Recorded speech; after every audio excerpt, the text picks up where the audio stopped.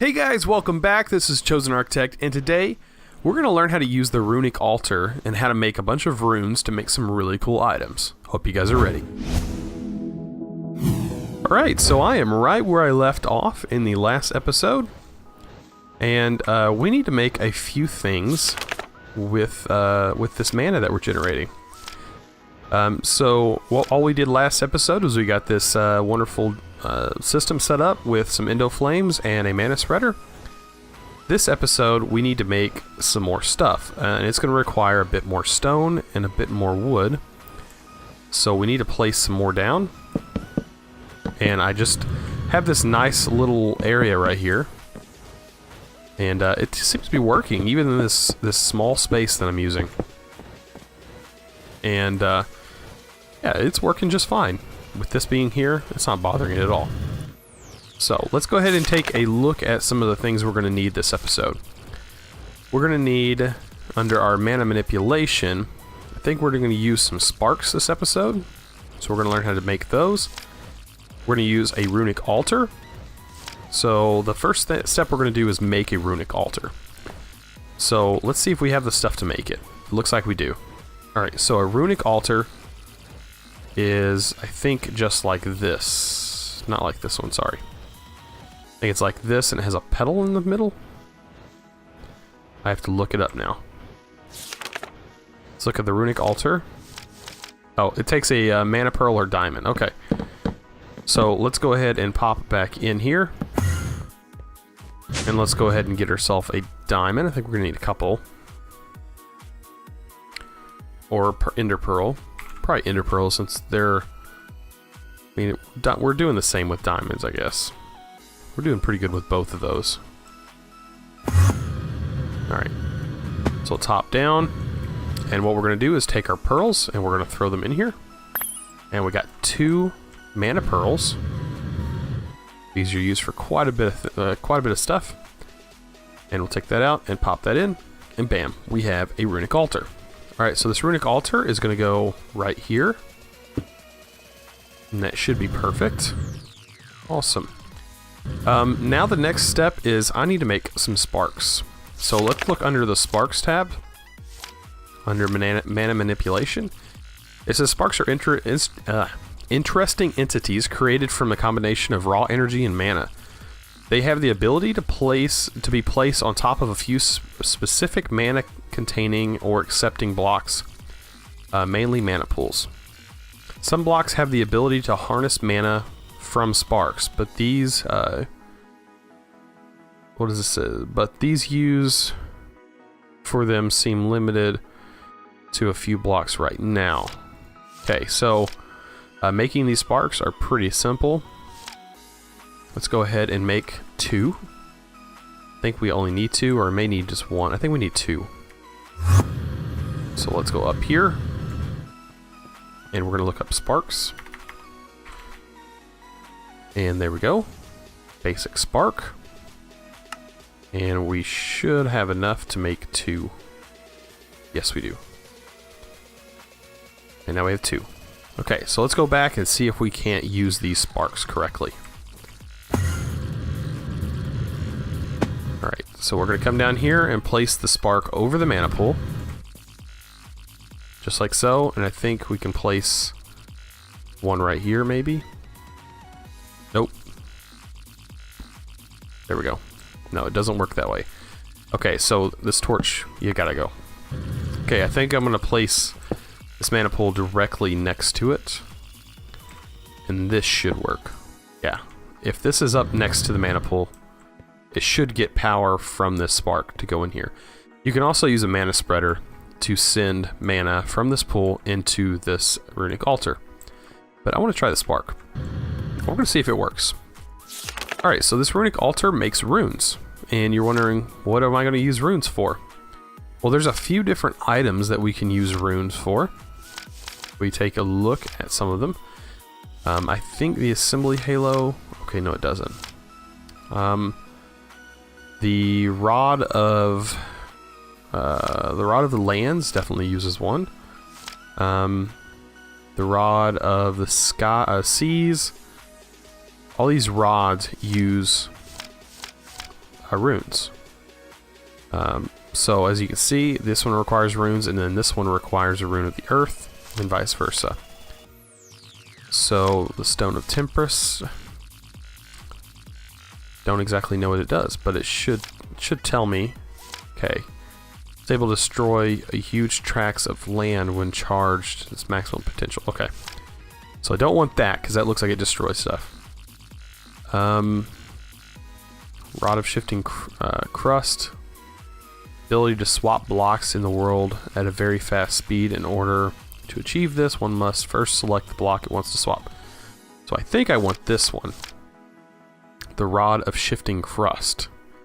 And it requires a rune of Sloth, which requires more runes. It requires a rune of Air, rune of Autumn, which requires runes itself. Okay, so maybe we don't have enough stuff to start making that, so we're gonna go ahead and make some other things. Let's go ahead and just make a rune of, or make a Rod of the Lands, I think. Yeah, because these even require a few things. Make the Rod of the Depth. It's pretty much is Rod of the Lands. It places cobblestone. So yeah, I think I want the I want the dirt. I want to place dirt. It's on the next page. Rod of the Lands, and it just requires a dirt block, living wood twig, and a rune of the earth. Which this is pretty simple. It requires just a coal block, a mushroom, mana powder, which comes from basically any kind of powder. They got dust, sugar, any of the floral powders, all that good stuff. So let's remember that. Let's take this, go back, and just go ahead and get all the stuff we need. So we have a block of coal, so I'm just gonna go ahead and place the stuff that we need in here. You just right click them in here, and I think it was stone, just like that. And then we also need some glowstone. I think that one piece of glowstone is perfect. And we're also going to need mushroom. I think we have mushrooms down here. Probably in this chest. Yeah, we do. Right here. There's one mushroom. And what else was there? Iron. So let's go ahead and go back and get us one piece of iron, and then we should be good to go. Alright, so we'll get one piece of iron. There we go. And then, what else was there? Dirt. One piece of dirt. Awesome. I know we have a limited supply of dirt, but I'm just showing this off. Alright, so let's go ahead and get our mana by dropping this in here. And then our glowstone, drop that in there. Alright, and what we'll do is we'll place these items in here, and like I said, it doesn't matter what items go in there. But right now, this is crafting, but it doesn't have any mana, it looks like. So the spark doesn't look like it's working.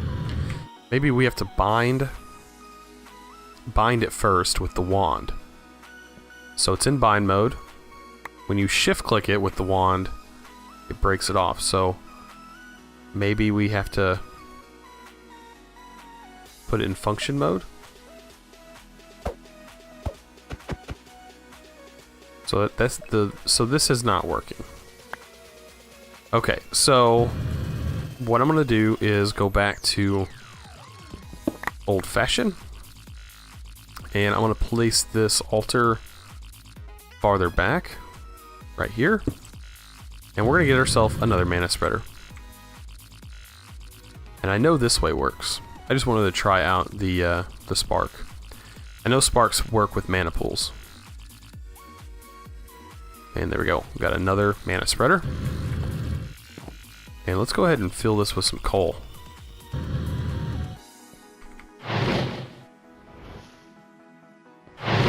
There we go. Alright, we're going to place our mana spreader right up next to the pool. And go back into bind mode and click it on here. Alright, now we can place all of our items. Set them back up. Place them on there. And then what else was there? A piece of stone, and then a piece of this coal. And you can also drop them on there as well. Don't think we have a piece of coal in there. Alright, now it's crafting. If you look, you can see the little dial on the right, the actual rune, and it has a green indicator going around it showing its percentage being done. Alright, so after this is done, you'll see some awesome little lightning effects going on, and it's telling you it needs a stone on it. So if you place a stone on top, and then it's telling you need to hit it with a wand. So when you hit it with a wand, you get your runes. And now I have runes of earth. 2 of them. So now I can go ahead and craft that wand with a stick and 1 rune. And now I get Rod of the Lands. But I can't use the Rod of the Lands. You're like, why? Well, you have to make a mana pool, or a mana... Let's go back. You have to make a mana tablet. And the mana tablet requires that pearl that we made earlier and being surrounded by living rock. So, good thing we have enough. We can go ahead and surround this and get ourselves a mana tablet. Now with the mana tablet, earlier if you hold shift and you click on the mana pool, you can swap it from accepting from items or exporting to items. So that's how I want it, and then I'll just drop it in there and step back. You can see some lightning effects going on. It's draining the mana pool. And right now, when every time this shoots in here, it's actually filling the tablet. So if I go down and pick it up, it's got some mana in it. And then I can go ahead and swap this back. You don't have to really swap it, but it's there. And you can leave this mana tablet on you, and you can see the little indicator on there. And now the Rod of the Lands is ready to go. And now I can place dirt with it. How awesome is that? Free dirt. Well, it's free. It comes at a cost of coal. Just a little bit of coal to make mana. But yeah. You can get started with this really early in game too. So the Rod of the Lands is pretty neat. Just making runes is the only thing that requires a bit of work. Just making those runes could be kind of tedious. Alright, so we're going to get farther into this stuff. There's stuff that has to do with Ender IO in here. There's a few challenges. Let's see. There's Portal to Alfheim,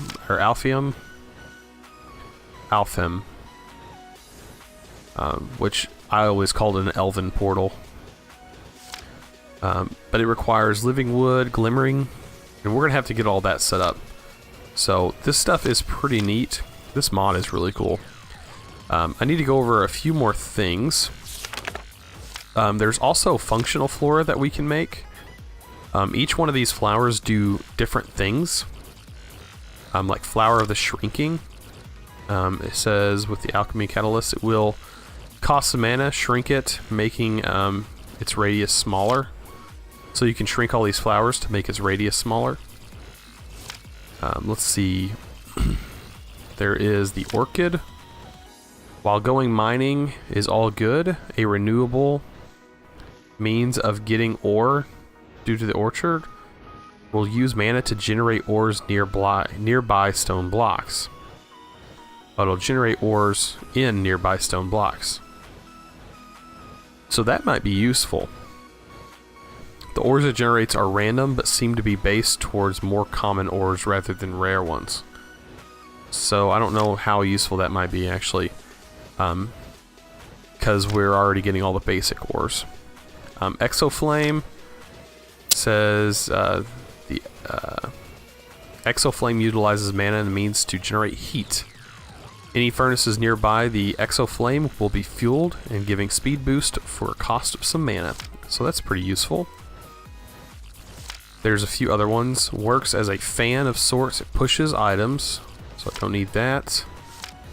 Slightly more specific counterpart to the Bellthorn, by which instead of all mobs it only hurts adult animals and nothing else. So So that hurts animals.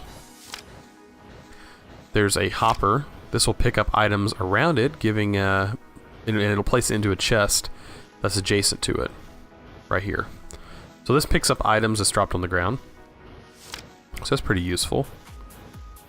It says any inventory that has no item frame adjacent to it can accept any item, but labeled inventories will take priority. Okay, so putting an item frame on it labels it. So yeah, some of these items are pretty useful. This keeps creepers away. It says, I guess, yeah, yeah, this keeps creepers away. Yeah, so all of these, looks like there's a bunch of them. This prevents Endermen from teleporting at the cost of some mana. So yeah, so there's some neat mods in here, or neat things to this mod. Drum of the Wild. What is this? It's a percussion counterpart of the Horn of the Wild. Serves the exact same purpose as the handheld horn, but it's placed in the world. Okay, that's pretty cool. Open crates is something we're probably going to use later on. This actually works in mini mods. I really like it. It just drops an item straight down. So I'm going to go ahead and continue to feed these. We're going to use the open crate to automate this. So eventually we're going to get these Endo Flames automated with crates, and mana generating happening a lot faster, because right now it's at a mo. You know, we don't have enough to really do much with it right now. Just make some basic items. Under the baubles, I do want to say there is a few things. The invisibility cloak, the Presmarine shards, they're pretty expensive. Mana glass, I think mana glass puts off light, but I'm not for sure. Sojourner Sash, I think I want. So we're going to need an Earth Shard and a Rune of Air, so we can probably go ahead and make that. Let's go ahead and hop up there real quick. We're pushing our time limit, but I'm gonna rush and try and make the Sojourner Sash. Alright, so what did it say we need? Carpet, string, and a feather. So carpet, pretty easy to make. Let's see, do we have string? No, it's all down here. Need to get all this stuff moved up. Do I have string laying around? I should have some string. Unless I got all eaten up by my mob farm. There's some string. And yeah, we don't have any. Okay, so we'll head back. Let's go ahead and get string now that we have string. We need carpet.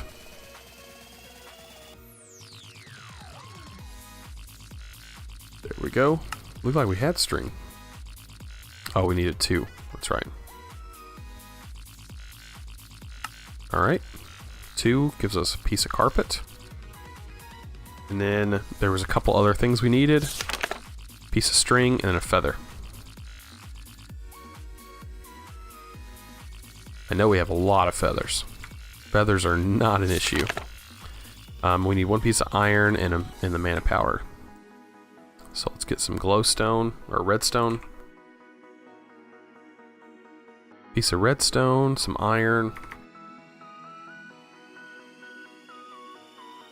And then what else? I think that's it for that rune. And then we need leather. We have a bunch of leather. There we go. Alright, so we can hop back down and we can go ahead and make this. Let's go ahead and get our mana steel and our glowstone changed over. There we go. And we just place all this stuff in here. So feather, piece of string, carpet, mana, and there we go. Place this, and then the carpet. There we go. And now this is working. Go ahead and get that ready. Awesome. I would love to have this Sojourner Sash. It's going to make us move faster and jump higher. It's exactly what I want.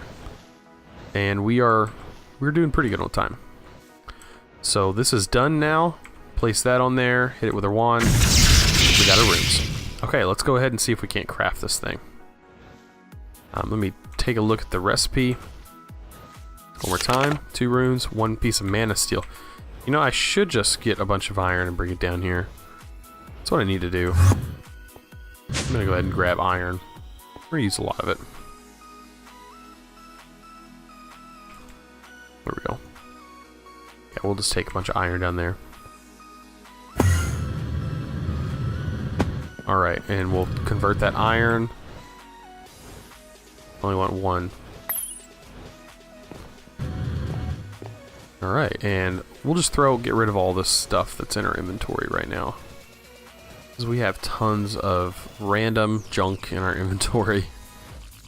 Alright, there we go. I think we're good. There we go. Alright, let's go ahead and craft this thing. The Sojourner's Sash. We need a rune of earth and 1 of water. I think. Is that the right recipe? Did I do it wrong? I did it backwards. Of course. Like that. Awesome. Awesome. Now we have a Sojourner's Sash. Pretty sweet. And now this... Look how fast we move. And without it... Well, let's take our jetpack off. Now we can jump onto here. Jump really high. And we walk a lot faster. We take it off. That's our walking speed. When we put it on, that's our walking speed. And our running speed's really fast. That's awesome. And then with our... Go pretty fast with our jetpack too now. Awesome. Well, that's pretty cool. If you guys enjoyed this episode, please don't forget to click that subscribe button and also give this video a thumbs up. I'll really appreciate it. And as always, thanks for watching.